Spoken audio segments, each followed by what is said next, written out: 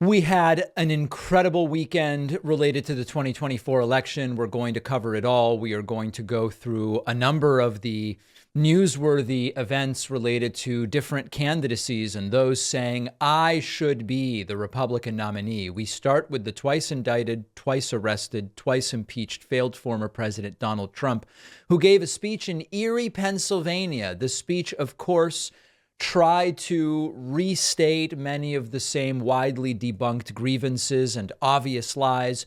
But one of the interesting things about this speech is that not only did Donald Trump seem visibly confused, losing his train of thought a number of times, it was not a very full crowd. There were those who started arguing that there were fake images from hours before the speech.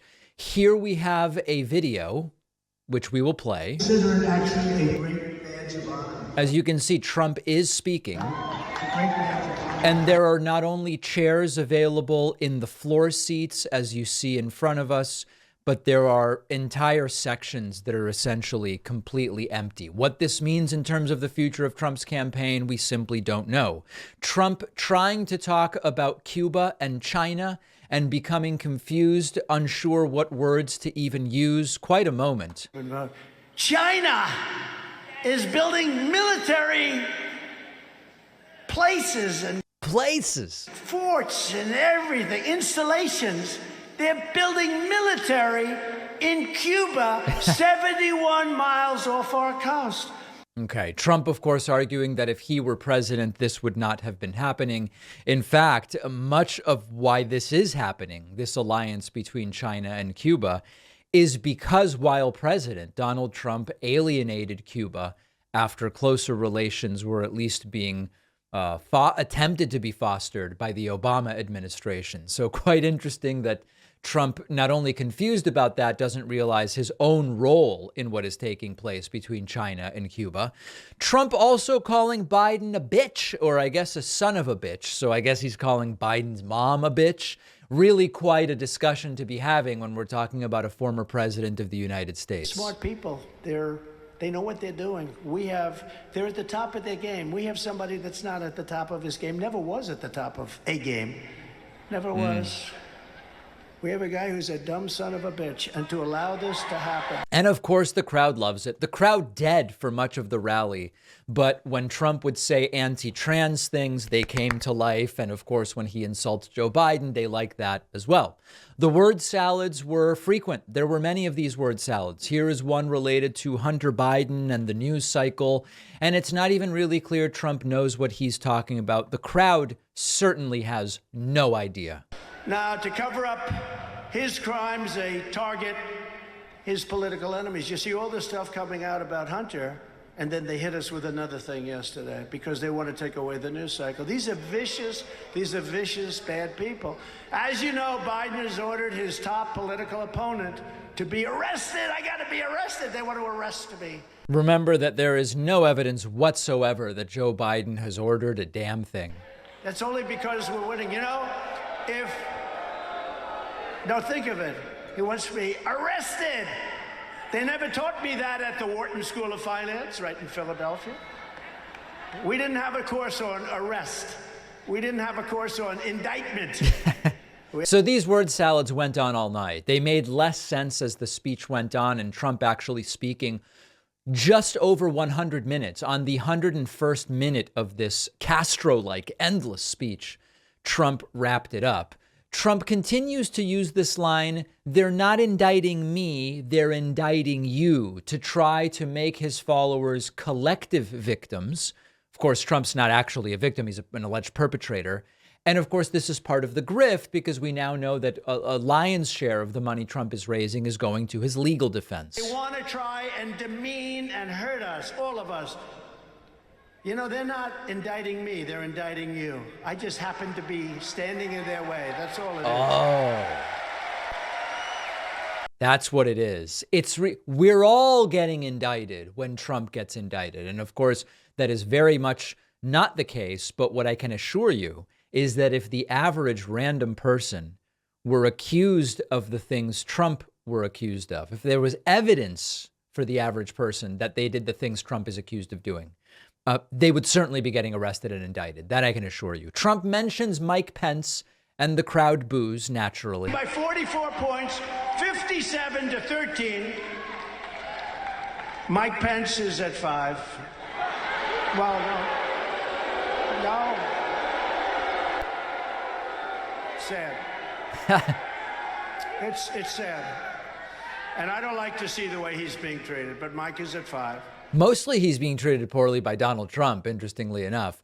The vague mention of supposedly Marxist prosecutors and people in positions of power was brought up. And of course, as always, the question is, who are these Marxists? I've not met a single one. The people. So why didn't the corrupt Marxist prosecutors bring these radical and unjustified charges against me 2.5 years ago? They had 2.5 years. 2.5 years. Nobody even knew they were looking at it. I don't think they were. But they waited 2.5, almost 3 years, so that they could bring them right in the middle of my presidential election, because it's election interference. Now, there's a couple of facts that make this entire weaponized justice system claim a little bit suspect. One of the problems, of course, is that many of the things Trump is now indicted for and may soon be indicted again for actually are things that took place over the last year. It's not like these were things from 2017 that Trump is now being indicted for. Interestingly, for all the talk about how it's Merrick Garland that won't go after Hunter Biden, most of what Hunter Biden did related to his plea deal, or maybe better said, much of it, actually dates back to when Donald Trump himself was president. So as usual, all of these screeds about weaponization and politicization, these are all attempts by Trump to frame himself as the innocent victim of Democrats and Joe Biden and so on and so forth. And unfortunately for Trump, the facts certainly don't coincide with that. Trump was in Pennsylvania, and although he was not in Philadelphia, Pennsylvania, he did continually reference Philly. And he tried to relate or be relatable to the audience by talking about so-called submarine sandwiches. It's not totally clear Trump knows what he's talking about. On other things, positive things, but right here in Philadelphia, great old Philadelphia, I love the city. What, has that city gone to hell or what? Man, I used to, when I was going to school there, we could walk down the streets, people would go that have the subs, right? The subs. Right. That have all sorts of things. It was great. Now it's so dangerous. You can't walk outside to buy a loaf of bread. It's horrible. Yep. It's just now if you put green chilies on one of your steak and cheeses, they'll steal the chilies from you. It's absolutely horrible stuff. And the fake news media won't tell you that. That's what Trump wants you to believe. And then lastly here, talking about Ron DeSantis, a couple of clips related to that. Trump now claims he's getting phone calls from DeSantis donors wanting to bail, which may be true, to be perfectly frank. Last week, I started getting phone calls 2, 3, 4 weeks ago. Hi, President. I just called to say hello. What are the big donors? Oh, I thought you were with DeSantis. No, weren't you with DeSantis? Sometimes referred to as DeSanctimonious. Never referred to as DeSantis. Never. Of course, he did change his name in the middle of the campaign. You know that, right? There you go. So, I mean, listen, this may actually be true. Trump may not be lying about that. And here is Trump declaring the DeSantis campaign just about dead. DeSantis is gone. DeSantis is gone. He's just about over. I think if he ever made a comeback, it would be the greatest comeback in political history. He's gone. I endorsed him. He was gone before I endorsed him. I endorsed him. You know that, right? I endorsed him. I said, all right. He came in crying, please, please, you'll do it. I said, you couldn't. So another one of these tears in their eyes stories. Now, Trump may not be wrong. The DeSantis campaign stuck around 18.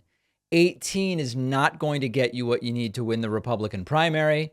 Trump over 50 and climbing as of the last 10 days. We will follow the numbers and see where it ends.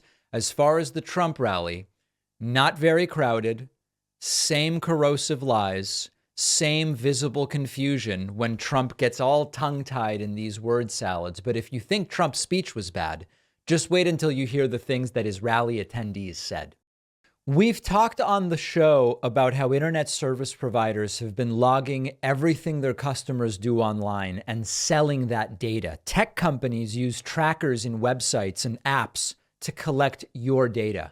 You can shield yourself from all of it by using a VPN every time you connect to the internet. The VPN I use is Private Internet Access. It's the only VPN that has proven multiple times in court they do not log your activity. Our sponsor, Private Internet Access, hides my IP address, prevents big tech from being able to paint a picture of who I am and what I do online, and it works for all of your favorite streaming platforms like Netflix and Hulu to access shows and movies normally only available in other countries. It's one of the only VPNs that works for peer-to-peer file sharing. And the best part is you can protect unlimited devices with just one account. Going online without private internet access is like leaving your phone unattended in a crowded room. Anyone can just take a glance. My audience gets 83% off. That's just $203 a month plus 4 extra months for free. Go to piavpn.com/Pacman. The link is down below.